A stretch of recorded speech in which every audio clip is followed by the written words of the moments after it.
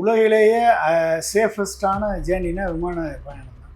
அதில் வந்து உங்களுக்கு வந்து இந்த மாதிரி விபத்துக்கள் நடப்பது rarest of the rare cases. ஆனால் விபத்து நடந்துச்சு அப்படின்னா திரும்பவும் அதே மாதிரியான விபத்து நடக்கக்கூடாது.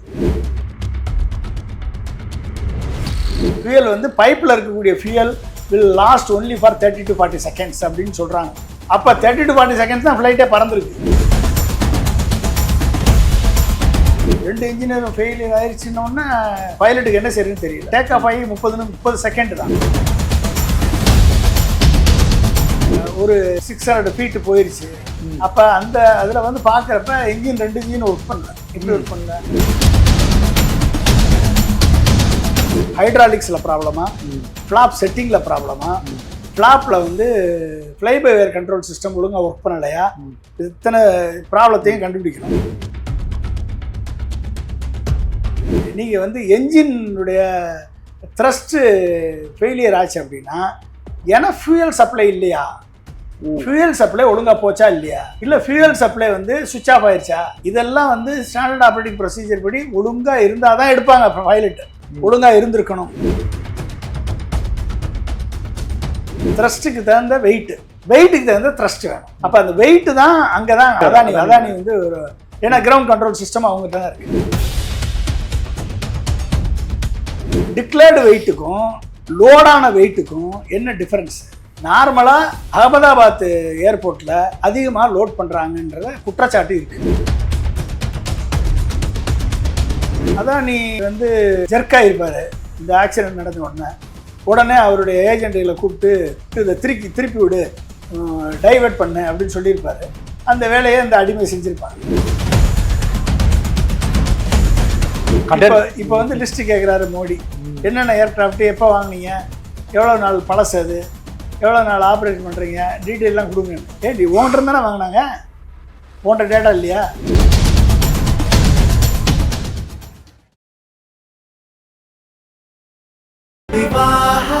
மணப்பெண்ணின் பிரத்யேகமான திருமணம் Vivaha the Chennai Silks. Periyar Maniammai Institute of Science and Technology, Thanjavur. The world needs you. Powaco 5G. Best design. Best AI. Think Techno. Think Purvika. அறுவை சிகிச்சையில் கத்தி என்பது வரலாறு, ரோபோட்டிக் சர்ஜரி என்பது இன்றைய கூறு. தங்கம் புற்றுநோய் சிகிச்சை மையம் நாமக்கல் மற்றும் கான்பூர். உலக தமிழர்களுக்கு வணக்கம். இது கிங் டிவி. இன்றைக்கு நம்மோடு சிறப்பான நேர்காணலில் இருந்திருப்பவர் முன்னாள் குடியரசுத் தலைவர் திரு அப்துல் கலாம் அவர்களுடைய சிறப்பு உதவியாளர், பெரும் மதிப்பிற்குரிய திரு பொன்ராஜ் அவர்கள். சார் வணக்கம். சார் வணக்கம். நல்லா இருக்கீங்களா? கிட்டத்தட்ட இந்த விமான விபத்து நடந்து முடிந்த பிறகு பல சர்ச்சை தொடர்ந்து எழுதப்படுகிறது, பல காரணங்களும் சொல்லப்படுகிறது. குறிப்பாக அவர்களுக்கு பாதிக்கப்பட்ட குடும்பங்களுக்கு நிவாரண உதவியும் கொடுக்க டாடா நிறுவனம் அறிவிப்பு கொடுத்திருக்காங்க. முதற்கட்டமா என்ன நடந்திருக்கு, குறிப்பாக இந்த பராமரிப்பு சரியில்லை, அதன் காரணமாகவும் இந்த விபத்து நிகழ்த்தப்படலாம் சொல்லப்படுது. உங்களுடைய பார்வையில் இந்த விபத்தை பற்றி அடிக்கடி பேசிட்டோம். விபத்தில் வந்து பல கேள்விகள் இருக்கிறது. இந்த கேள்விகளுக்கான பதில் நம்மளுக்கு கருப்பு பெட்டி கிடைத்து விட்டது. அதை அனலைஸ் பண்ண பிறகு flight data recorder, digital flight data ரெக்கார்டரும், அப்புறம் சிவிஆர் என்று சொல்லப்படுகிற காக்பிட் வாய்ஸ் ரெக்கார்டர், இந்த ரெண்டுலேருந்து வரக்கூடிய டேட்டாவிலிருந்து தான் நம்மளுக்கு வந்து உண்மையான நிலவரம் தெரிய வரும். இங்கே டேட்டான்றது எது சொல்றீங்க? எப்படி டேட்டா கிடைக்கும் நமக்கு? அதாவது வந்து ஒரு ஃப்ளைட் அப்படின்னு எடுத்துக்கிட்டிங்கன்னா, ஃப்ளைட்டில் ஏர் ஃப்ரேம் இருக்குது, ஸ்ட்ரக்சரல் ஃப்ரேம் இருக்குது, ஃப்ளைட்டில் 2 விங்ஸ் இருக்குது, என்ஜின் இருக்குது, ஃப்ளாப் இருக்குது, அப்புறம் பின்னால் வந்து டெயில் விங்கில் வந்து ரட்டார் இருக்குது. ரட்டார் வந்து லெஃப்ட் அண்ட் ரைட்டு திரும்பும். அந்த டெயில் விங்கோட சேர்த்து சின்ன ரெக்கை இருக்கும், சின்ன ரெக்கை. அந்த ரெக்கை தான் எலிவேட்டர் இருக்கும். அது வந்து அப் அண்ட் டவுன் போகிறதுக்கு ஹெல்ப்ஃபுல்லாக இருக்கும். இவ்வளோ வேலை செய்யும். அப்புறம் விங்கில் வந்து ரெண்டு அட்டாச்மெண்ட் இருக்கும். அதான் ஒன்று ஃப்ளாப்பு, இன்னொன்று வந்து எயில்ரான்ஸ்னு பேர். ஃப்ளாப் வந்து லிஃப்ட்டுக்கும் ட்ராக்குக்கும் ஹெல்ப் பண்ணும். எயில்ரான்ஸ் வந்து ஒரு ஃப்ளைட் வந்து இப்படி போகிறப்ப இப்படி போதுன்னு வச்சுக்கோங்க ஃப்ளைட்டு, இது வந்து இப்படி ரொட்டேட் பண்ணும் திரும்பும். இது வந்து எயில்ரான்ஸுடைய வேலை. இது ரெண்டும் பண்ணணும். இதுக்கு இடையில நீங்கள் வந்து பாட்டம் ஆஃப் த ஏர்கிராஃப்டில் வந்து ஃபியூசிலாஜ் இருக்கும். Central fuselage, front fuselage and rear fuselage. இதில் தான் வந்து ஃபியூயல் வந்து லோட் பண்ணுவாங்க. இந்த ஃபியூயல் லோட் பண்ணக்கூடிய டேங்க். ஸோ இது இருக்குது. ஸோ இதெல்லாம் கண்ட்ரோல் பண்ணக்கூடிய flight control system, mission computer, இதெல்லாம் கம்ப்யூட்டர் பண்ணி flight control system, mission computer.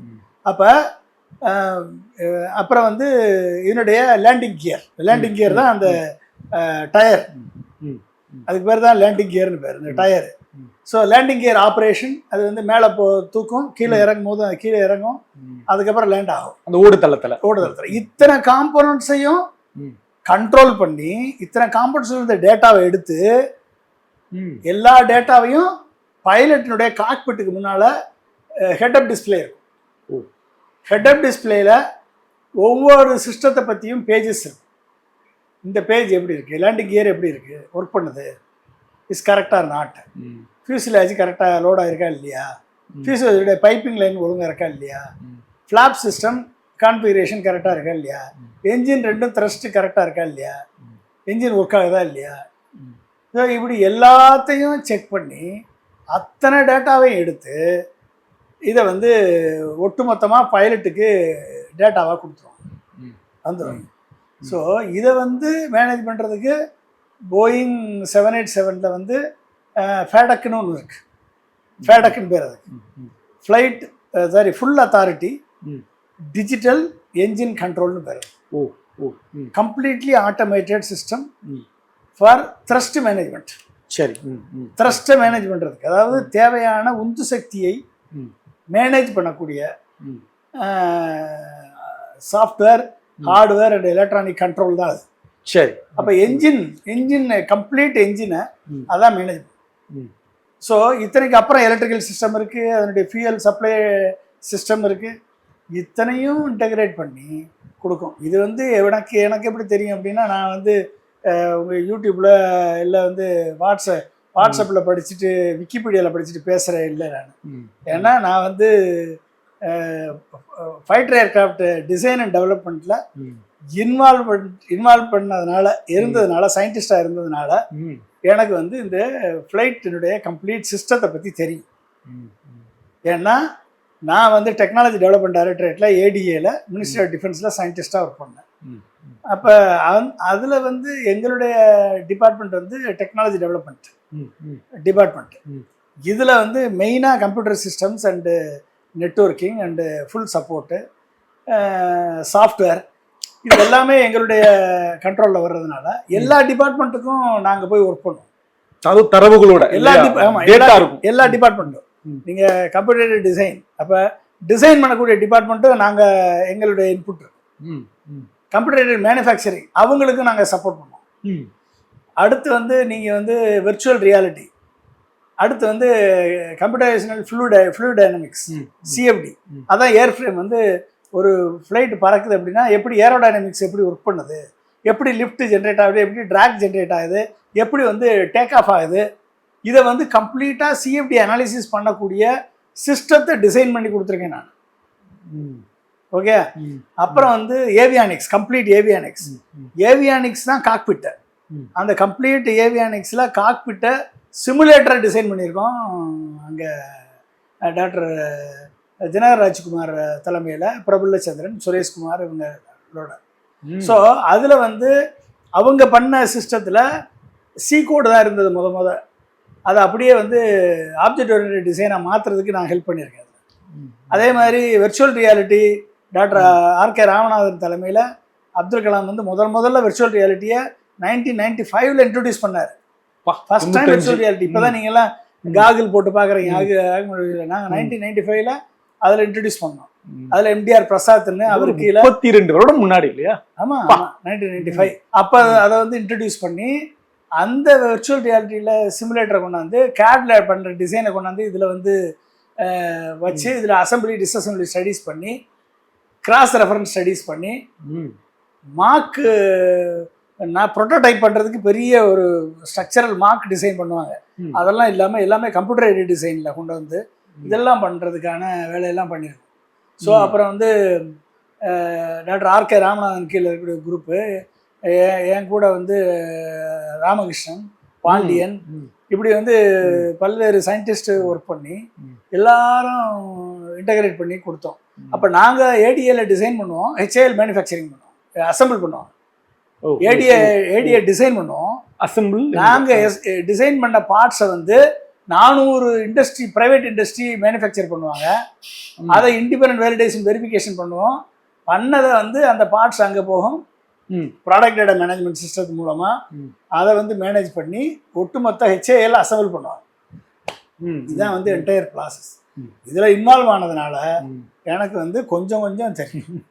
இல்ல இதுவே எங்களுக்கு தலை சுத்துது கேட்கும் பொழுது. எப்பா இவ்வளவு விஷயம் இருக்குல்ல, 30 வருஷம் முன்னாடி இன்னைக்கு நாங்க கொண்டாடுற ஒரு விஷயத்த வந்து நீங்க அன்னைக்கு உணர்ந்திருக்கீங்க, தத்ரூபமா உருவாக்கி இருக்கீங்க, அதுவும் சக விஞ்ஞானிகளோட அதை உருவாக்கி இருக்கீங்க.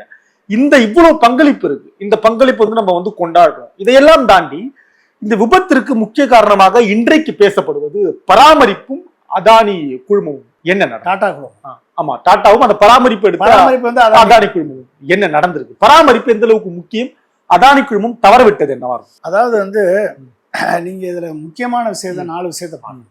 ஃபெயிலியருக்கு எனக்கு ரீசன் என்ன ஒண்ணு அதை வந்து பார்க்கணும். ஒன்று வந்து 2 என்ஜினும் ஃபெயிலியர் ஆயிடுச்சு.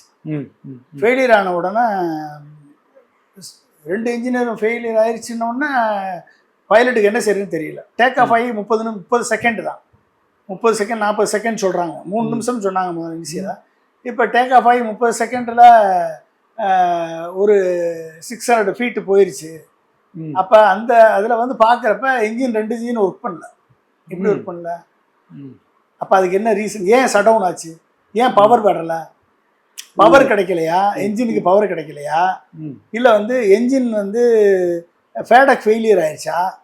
அந்த ஃபேடக் சிஸ்டம் ஃபெயிலியர் ஆயிடுச்சா? த்ரஸ்ட் கிடைக்கல. த்ரஸ்ட் கிடைக்கல. அப்போ ஏன் த்ரஸ்ட் கிடைக்கல? ஃப்ளாப் ஒர்க் பண்ணல. ட்ரஸ்ட் உந்து சக்தியை சொல்றீங்க. உந்து சக்தி கிடைக்கல. உந்து சக்தி இல்லைன்னு லிஃப்ட் ஆகாதுல்ல. உந்து சக்தி இருந்தால் தான் என்ஜின்ல இருந்து உந்து சக்தி வரும். ஏர் வந்து டிராகா செயல்படும், ஃப்ளாப் வந்து லிஃப்டா செயல்படும். டிராக்ல லிஃப்ட் வந்தால் தான் உந்து சக்தியை வச்சு மேலே எழுப்ப முடியும். அப்போ உந்து சக்தி இல்லை, அப்போ என்ஜின் வந்து ஒர்க் ஆகலை. இது எல்லாமே வந்து ஒரு 30 to 40 செகண்ட்ஸ் ஆர் 1 minute உள்ள நடக்குது. அப்போ நீங்கள் இதில் வந்து நீங்கள் வந்து டாக்ஸிங் பண்ணி போகிறது ஒரு 2 நிமிஷம் ஆகும்னு வச்சுக்கோங்க. அப்போ அதுக்கு பேர் V1 ஸ்பீடுன்னு பேர். V1 ஸ்பீட்லேருந்து மேலே எழுப்புனா VR ஸ்பீடு, த்ராட்டில் கொடுத்து மேலே எழுப்பணும். VR ஸ்பீடு மேலே எழுப்பிடுச்சு. அப்போ அது வரைக்கும் என்ஜின் ஒர்க் ஆகுது. இல்லைன்னா மேலே கூட போயிருக்காது. என்ஜின் ஒர்க் ஆனது, மேலே போனது வந்து திடீர்னு என்ஜின் ஃபெயிலியர் வருது. 2 என்ஜின் த்ராட்டில் கொடுக்குறாரு, த்ரஸ்ட் கிடைக்கல. எந்த என்ஜின் ஃபெயில்னா என்னது? அதுக்கப்புறம் ஒன்றும் செய்ய முடியாது. அது அந்த மேடேன்றது அதுக்கப்புறம் தானே? அதுக்கப்புறம் தான் மேடே சொல்கிறாரு. அப்போ அது காரணம் என்ன? அப்போ வந்து ஃப்ளாப் கான்ஃபிகரேஷன், ஃப்ளாப் செட்டிங் ஒழுங்கா இல்லையா? இல்லை ஃப்ளாப் ஒழுங்காக வந்து கரெக்டாக மூவ் ஆகலையா? ஃப்ளாப் மூவ் ஆனால் தான் லிஃப்ட் கிடைக்கும். லிஃப்ட் கிடைக்கல. ஏன் கிடைக்கல? மேலே இப்படி போனது அப்படியே இறங்குது. லிஃப்ட் கிடைக்கல, அப்படியே இறங்குது. ஸோ இதுக்கு காரணம் என்ன அப்படின்றது ஒரு கொஸ்டின். ஓகே, அப்போ லிஃப்ட் கிடைக்கல, ஃப்ளாப் ஒர்க் பண்ணல, என்ஜின் ஃபெயிலியர். அப்போ இதுக்கு காரணம் 2 காரணம். ஒன்று வந்து ஃப்ளாப்பில் ப்ராப்ளம், ஃப்ளாப் கான்ஃபிகரேஷனில் ப்ராப்ளம், ஹைட்ராலிக்ஸில் ப்ராப்ளமா, ஃப்ளாப் செட்டிங்கில் ப்ராப்ளமா, ஃப்ளாப்பில் வந்து fly by wire control system ஒழுங்காக ஒர்க் பண்ணலையா? இத்தனை ப்ராப்ளத்தையும் கண்டுபிடிக்கணும். 2வது, நீங்கள் வந்து என்ஜினுடைய த்ரஸ்ட்டு ஃபெயிலியர் ஆச்சு அப்படின்னா ஏன்னா ஃபியூயல் சப்ளை இல்லையா? ஃபியூயல் சப்ளை ஒழுங்காக போச்சா இல்லையா? இல்லை ஃபியூயல் சப்ளை வந்து சுவிட்ச் ஆஃப் ஆயிடுச்சா? இதெல்லாம் வந்து ஸ்டாண்டர்ட் ஆப்ரேட்டிங் ப்ரொசீஜர் படி ஒழுங்காக இருந்தால் தான் எடுப்பாங்க. பைலட்டு ஒழுங்காக இருந்திருக்கணும். ஒருவேளை அங்கே வந்து ஃபியூயல் சப்ளையை யாராவது க்ளோஸ் பண்ணிவிட்டு அதை இன்அட்வர்டன்ட்லி பைலட்டு மிஸ் பண்ணிட்டாரா பார்க்குறதுக்கு? அவர் பார்க்கலன்னா கூட சிஸ்டம் அலோவ் பண்ணாது. சிஸ்டம் அலோவ் பண்ணாது. அப்போ இத்தனை கொஸ்டின்ஸையும் நம்ம வந்து செக் பண்ணணும். 2வது. 3வது, நீங்கள் வந்து லோடு, அதாவது த்ரஸ்ட்டு லோடு ஃபேக்டர். த்ரஸ்ட்டுக்கு தகுந்த வெயிட்டுக்கு தகுந்த த்ரஸ்ட் வேணும். அப்போ அந்த வெயிட்டு தான் அங்கே தான் அம்பானி வர்றாரு. அதானி வந்து ஒரு, ஏன்னா கிரவுண்ட் கண்ட்ரோல் சிஸ்டம் அவங்ககிட்ட தான் இருக்கு. அப்போ வெயிட்டு லோட் பண்ணும் பொழுது இந்த வெயிட்டை எவ்வளவு லோடிங் ஈவனாக லோட் பண்ணாங்களா ஒரு கொஸ்டின். டிக்ளேர்டு வெயிட்டுக்கும் லோடான வெயிட்டுக்கும் என்ன டிஃப்ரென்ஸு? நார்மலாக நான் எனக்கு கிடைச்ச தகவல் படி அகமதாபாத் ஏர்போர்ட்டில் அதிகமாக லோட் பண்ணுறாங்கன்றத குற்றச்சாட்டு இருக்குது. வழக்கமாகவே கடந்த காலங்கள்லையும் கார்கோவில் அதிகமாக லோட் பண்ணுறாங்க. இவங்க டிக்ளேர் பண்ணுறது ஒன்று, லோட் பண்ணுறது ஒன்று, ஏதோ வச்சு மேனேஜ் பண்ணி ஓட்டிக்கிட்டு இருக்காங்க. அப்போ இதில் என்ன பிரச்சனைன்றதை கண்டுபிடிக்கணும், இன்வெஸ்டிகேஷன் தான் சொல்லணும். இது உண்மையாக ஒழுங்காக லோட் பண்ணாங்களா, இல்லை வந்து இது லோட் பண்ண பிறகு அப்ரூவல் கொடுத்தாருல, அது அப்ரூவல் கொடுக்கணும் ஒருத்தர், அதுக்கு ஒரு டீம் இருக்குது. இது கரெக்டான வெயிட் லோட் ஆயிருக்கா, ஈவனாக லோட் ஆயிருக்கா, லோடிங் ப்ரொசீஜர் படி லோட் ஆயிருக்கா. நீங்க மீண்டும் மீண்டும் சொல்லும்போது ஈவென்ட்ரிங் சொல்றீங்க. இந்த ஈவென்ட்ன்ற அந்த வால்யூம்க்குள்ள சொல்றீங்களா? ஈவன்ல எல்லா இடத்துலயும் ஸ்ப்ரெட் ஆயிருக்கு. கரெக்ட். அதுதான். இது வந்து இதுல தான் இங்கே தான் ஒரு பிரச்சனை. என்னன்னா சென்டர் ஆஃப் கிராவிட்டி எங்கே நிற்கிதுன்னு சொல்லணும். சென்டர் ஆஃப் கிராவிட்டி சென்ட்ரலில் இருக்கணும். அது ரியருக்கு ஷிஃப்ட் ஆச்சுன்னா ஆக்சிடென்ட்டு கொண்டு போய் விட்டுரும். ரியர் சென்டர் ஆஃப் கிராவிட்டி போனால் அது வந்து த்ரஸ்ட்டுக்கு அகெயின்ஸ்டாக போய் நிற்கும். இப்போ பார்க்குற நேர்கள் வந்து சீசாவை புரிஞ்சிக்கலாமா? அந்த சீசாவோட அந்த சாய்வுத்தளம் பேலன்ஸ் மாதிரி. ஆமாம், அது மாதிரி. அப்போ த்ரஸ்ட்டு உங்களுக்கு கிடைக்காது. த்ரஸ்ட்டு வந்து கம்மியாக இருந்துச்சுன்னா, சென்டர் ஆஃப் கிராவிட்டி மாறிச்சு ரியருக்கு போச்சு அப்படின்னா, அங்கே வந்து த்ரஸ்ட்டு வெயிட் ரேஷியோ மேட்ச் ஆகாது. அப்போ அங்கே தான் வந்து அதானியினுடைய கிரவுண்ட் ஸ்டாஃபுடைய ரோலை நம்ம இன்வெஸ்டிகேட் பண்ண வேண்டிய தேவை. ஓகே. ஸோ அடுத்து வந்து செவட்டாச் அப்படின்னு நம்ம வந்து சொல்ல முடியாது. ஆனால் இந்த ஒரு சில தியரி, ஒரு சில டவுட்டு ரைஸ் பண்ணுறாங்க. என்ன ரைஸ் பண்ணுறாங்க, யாராவது அதை யார் வந்து கடைசியாக ஃபியூயல் சிஸ்டத்தை ஆப்ரேட் பண்ணது, ஃபியூயல் வந்து பைப்பில் இருக்கக்கூடிய fuel will lost only for 30 to 40 seconds அப்படின்னு சொல்கிறாங்க. அப்போ 30 to 40 seconds தான் ஃப்ளைட்டே பறந்துருக்கு. ஆமாம். அப்போ பைப்பில் இருக்க ஃபியூயல் சப்ளை முடிஞ்ச உடனே ஃபியூயல் சப்ளை இல்லை. அப்போ இது உண்மைதானா? எப்படி வந்து பைலட் வந்து இன்னட்வென்ட்லி மிஸ்டேக் பண்ணாங்க, அதை பார்க்கலையா, இல்லை சிஸ்டம் எப்படி அலோவ் பண்ணுச்சு அப்படின்றதெல்லாம் வந்து நம்ம இவ்வளவு கேள்வி இருக்கு இல்லையா? இவ்வளவு கேள்வி இருக்கு. இந்த கேள்விகளுக்கெல்லாம் பதில் அவங்க சொன்னால் தான் நம்மளுக்கு எதனால இதாச்சுன்னு தெரியும். இதை தாண்டி ஒரு ஏர்கிராஃப்ட், அதாவது கிரவுண்ட் ஸ்டாஃப்னுடைய ரோல் மிகப்பெரிய ரோல். கரெக்டாக அவங்க ஸ்டாண்டர்ட் ஆப்ரேட்டிங் ப்ரொசீஜர் படி கரெக்டாக பண்ணணும். அப்புறம் வந்து என்ஜினியரிங் ஸ்டாஃப், அவங்க வந்து ஒவ்வொரு சிஸ்டத்தையும் செக் பண்ணி செக்லிஸ்ட் படி வந்து அவங்க கொடுக்கணும், கரெக்ட் பண்ணணும். இதெல்லாம் ஒழுங்காக நடந்துச்சான்னு மேற்பார்வை பண்ணணும், சூப்பர்வைஸ் பண்ணணும். இதெல்லாம் ஒழுங்காக பண்ணாங்களா, ரியாலிட்டியை ஒழுங்காக ரெஃப்ளெக்ட் பண்ணாங்களான்றது தெரியல. இப்போ இதெல்லாம் இதில் ஏதாவது ஒரு மிஸ்டேக் இருந்து கண்டுபிடிச்சிருந்தாங்கன்னா இந்த ப்ராப்ளத்தை அவாய்ட் பண்ணிடலாம். ஓகே. ஆட்டோமேட்டிக்காக சாஃப்ட்வேரில் ஃபெயிலியர் ஆச்சுன்னா யாரும் ஒன்றும் பண்ண முடியாது. ஃபேடக்கில் ஃபெயிலியர் ஆச்சுன்னா ஒன்றும் பண்ண முடியாது. அதுவும் இந்த பிளாக் பெட்டில் தெரிஞ்சுக்கணும். தெரிஞ்சிடும் எதனால ஃபெயிலியர்னு தெரிஞ்சு. ஆனால் உடனே ஃபியூயல் போகிற பைப்பை வந்து மூடிட்டாங்கன்னா அதெல்லாம் ஈஸியாக கண்டுபிடிச்சிடலாம். பைலட்டை கண்டுபிடிச்சிடலாம், ஃப்ரீ ஃப்ளைட் வெரிஃபிகேஷனில் கண்டுபிடிச்சிருவாங்க. அது எப்படி அப்படிலாம் ஒரு தியரி இப்போ சொல்கிறாங்க, அதெல்லாம் உண்மையா அப்படின்றத நம்ம பார்த்தா தான் தெரியும். ஆனால் உடனே அருணா கோஸ்வாமி மாதிரியான ஆட்கள் வந்து இந்த விபத்தை துருக்கி பக்கம் திருப்பி விட்டாங்க இடையில. நீங்கள் பார்த்துருக்கீங்க, டக்குன்னு வந்து இது அதானிக்கும் புத்தருக்கும் எந்த தொடர்பும் இல்லை அப்படின்ற மாதிரி எழுத ஆரம்பிச்சாங்க. அதுக்கு என்ன காரணம்? உடனே அதானியை ஷீல்டு பண்ண என்ன காரணம்? அதானி வந்து ஜெர்க்காயிருப்பார் இந்த ஆக்சிடென்ட் நடந்த உடனே அவருடைய ஏஜென்ட்டுகளை கூப்பிட்டு இதை திருப்பி விடு, டைவெர்ட் பண்ணு அப்படின்னு சொல்லியிருப்பாரு. அந்த வேலையை அந்த அடிமை செஞ்சுருப்பாங்க. அர்ணாப் கோஸ்வாமி போன்ற அடிமைகள் அந்த வேலையை செஞ்சுருப்பாங்க. அப்போ என்ன அர்த்தம், there is something fishy about it. இதுலேயே தெரிஞ்சிடுது. ஆமாம், சம்திங் ஃபிஷி இருக்குது. அப்போ அதை ஒழுங்காக இன்வெஸ்டிகேட் பண்ணி ரிசல்ட் ஒழுங்காக வர்றாங்க. இப்போ என்ன கன்சர்ன் அப்படின்னா, இதில் இன்டர்நேஷ்னல் ஏவியேஷன் அத்தாரிட்டி வந்து இதில் தலையிடணும். இதில் வந்து யுஎஸ், அப்புறம் வந்து போயிங், இவங்களுடைய ஏவியேஷன் அத்தாரிட்டி, இந்தியாவில் இருக்கக்கூடிய ஆக்சிடென்ட், அதாவது ஏர்கிராஃப்ட் ஆக்சிடென்ட் இன்வெஸ்டிகேஷன் பியூரோ, அப்புறம் டிசிஜிஏ, இவங்க எல்லாரும் சேர்ந்து உண்மையை வெளிக்கொண்டாடணும். எது நடந்துச்சுன்ற உண்மையை சொல்லணும். இதில் ஏதாவது யாரையாவது காப்பாற்ற போகிறேன்னு சொல்லி மறைச்சிடக்கூடாது. அது ஒரு பெரிய கொஸ்டின். இந்த ஒரு விமானம் விபத்து நடந்துடுச்சு, எதிர்பாராத விபத்து. இன்னும் பல விமானங்கள் அங்கே கேள்விக்குறியாக்கப்பட்டு இருக்குங்களே, அது என்ன, அடுத்து என்ன ஆகும்? அதாவதுங்க, உலகிலேயே சேஃபஸ்டான ஜேர்னினா விமான பயணம் தான் சேஃபஸ்டான ஜேர்னி, சேஃபான ஜேர்னி. அதில் வந்து உங்களுக்கு வந்து இந்த மாதிரி விபத்துக்கள் நடப்பது rarest of the rare cases. ஆனால் விபத்து நடந்துச்சு அப்படின்னா திரும்பவும் அதே மாதிரியான விபத்து நடக்கக்கூடாது. இது வந்து நீங்கள் வந்து போயிங் மேலே ஏகப்பட்ட கம்ப்ளைண்ட்ஸ் இருக்கு. இப்போ மெனோவேரிங் வந்து அதாவது எம்சிஏன்னு ஒன்று இருக்குது, மெனோவேரிங் கேரக்டரிஸ்டிக்ஸ் அட்வான்ஸ்மெண்ட், அதாவது மெனோவேரிங் கேரக்டரிஸ்டிக்ஸ் அட்வான்ஸ்மெண்ட்டு கண்ட்ரோல்னு ஒன்று இருக்குது. அதில் ஏகப்பட்ட ப்ராப்ளம் வந்து ஃபெயிலியர் ஆகிருக்கு ஒன்று. ரெண்டாவது, ஸ்க்ரூவை டைட் பண்ணாமல், ஒழுங்காக டைட் பண்ணாமல் கதவே பிச்சுட்டு போயிருக்கு, ஆக்சிடெண்ட் ஆகிருக்கு. ஒழுங்காக டைட் பண்ணாமல் கதவே பிச்சுட்டு போயிருக்கு அந்த ப்ரெஷர் தாங்காமல். இது ரெண்டாவது. ஃபேடக் ப்ராப்ளம் நடந்திருக்கு, ஆக்சிஜன் சேம்பர் ப்ராப்ளம் நடந்திருக்கு. இப்படி பல்வேறு குற்றச்சாட்டுகள் இருக்குது. இதை வந்து போயிங்கில் இருக்கக்கூடிய எக்ஸாம்பிளாகியே வந்து ஒருத்தர் விசில் ப்ளோயராக செயல்பட்டு அவர் வந்து ரைஸ் பண்ணியிருக்காரு, ப்ராப்ளத்தை சொல்லியிருக்காரு. Because of work pressure engineers வந்து ஒழுங்காக ஒர்க் பண்ண முடியல, ஓவர்லோட் பண்ணுறாங்க, மேனுஃபேக்சரிங் டிஃபெக்ட் வருது, குவாலிட்டியில் காம்ப்ரமைஸ் பண்ணுறாங்க, ப்ரொக்யூர்மெண்ட்டில் காம்ப்ரமைஸ் பண்ணுறாங்க, அப்போ மேனுஃபேக்சரிங்கில் காம்ப்ரமைஸ் பண்ணுறாங்க.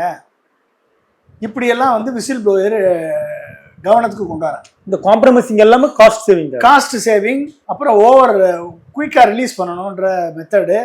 அப்புறம் அமெரிக்கன் ஏவியேஷன் சொசைட்டியில் வந்து இவங்களும் டைப் பண்ணிக்கிறது.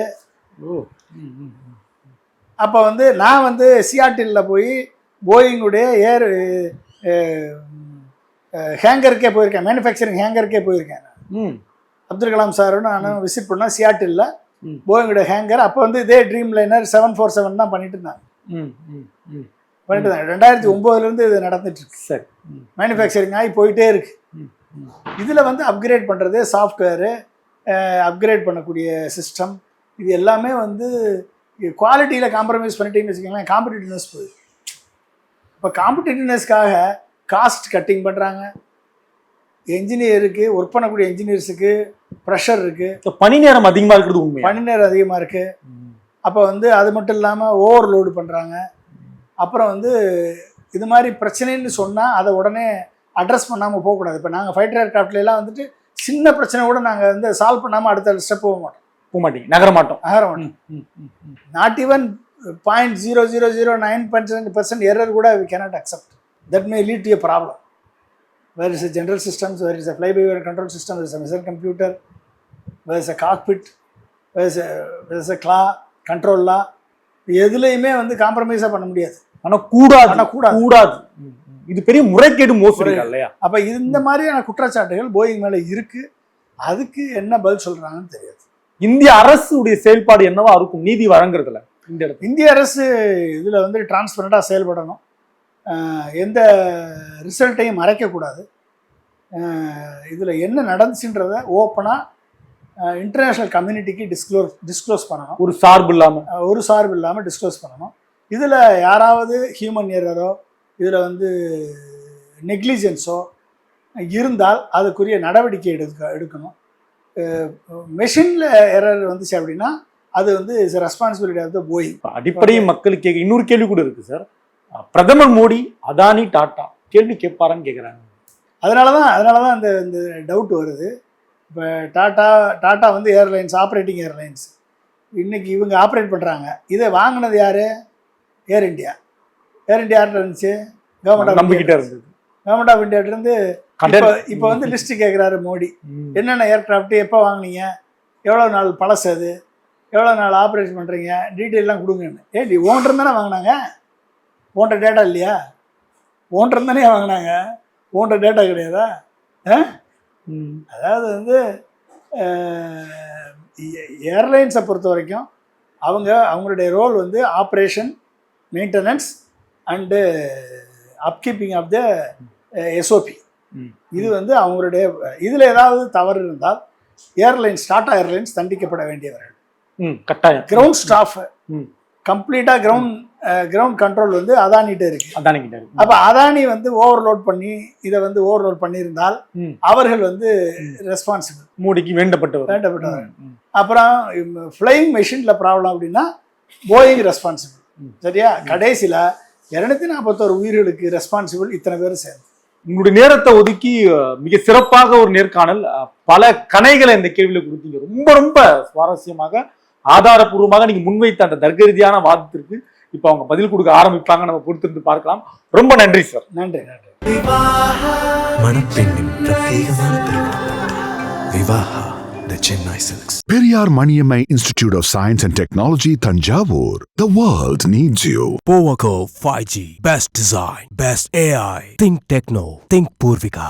அறுவை சிகிச்சையில் கத்தை என்பது வரலாறு. ரோபோட்டிக் சர்ஜரி என்பது இன்றைய கூறு. தங்கம் புற்றுநோய் சிகிச்சை மையம், நாமக்கல் மற்றும் கான்பூர்.